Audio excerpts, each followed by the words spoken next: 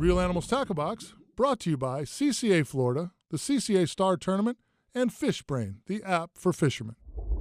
In today's Real Animals Tackle Box, Captain Glenn and I are using 7-foot 6-inch, 20-pound class Real Animals Signature Series spinning rods and 7-foot 6-inch, 30-pound custom spinning rods by Bull Bay Rods.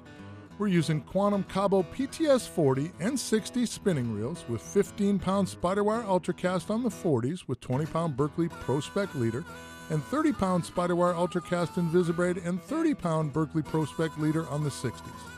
We were using live shrimp on 1/4-ounce and 16th-ounce jig heads for the snapper and 4/0 Nautilus Light circle hooks with live pinfish and live sardines for the bigger fish. Real Animals Tackle Box is brought to you by Quantum, the real choice for the real animals. Mirrolure, the record setters. ENGEL Coolers, the first, the best, your last. Bull Bay Rods, combined with original Fuji guides for a difference you can feel. Spiderwire, nothing gets away. Raymarine, go hunting underwater. DORADO boats, built to last a lifetime. Real Animals Tackle Box, brought to you by CCA Florida, the CCA Star Tournament, and FishBrain, the app for fishermen. Here's the good news. The good news is it's getting beautiful out. Uh-oh. Uh-huh. How'd it slow down? Yeah, I know. How'd it slow down for you, big fella? Uh-oh, powerful. Yeah, it slowed down. Oh, all right. look at that. Good Lord. It's just silly, dude. Come on. Look at that. Seriously. Huh? Seriously. Isn't that beautiful? Staring at the beach. Staring at the beach. Isn't that nice? Look at those fangs.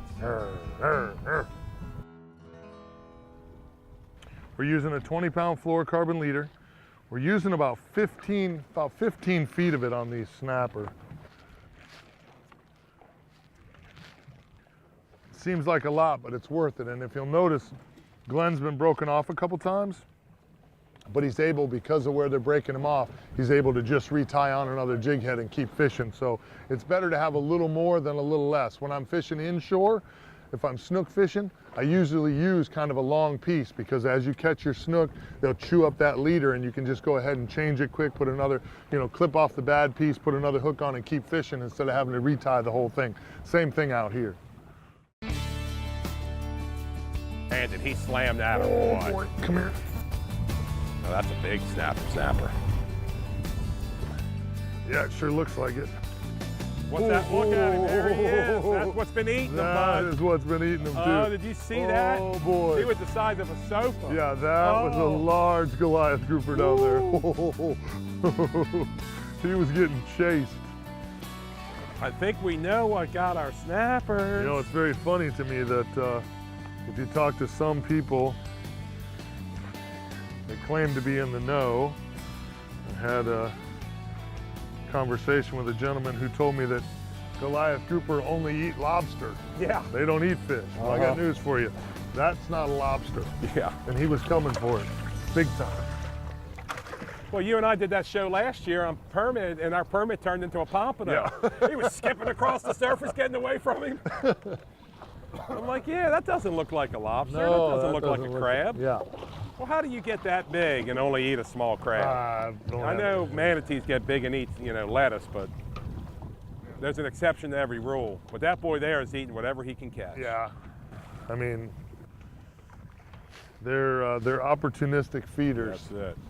And that one there, back in the day, 10 years ago when we started this show, I'd be wanting to send something down and catch him. Yeah. Oh, he's got to turn around and run again.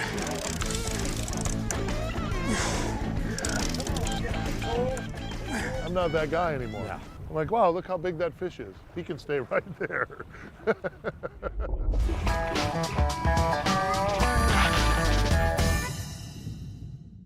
Closed captioning brought to you by Gator Ford.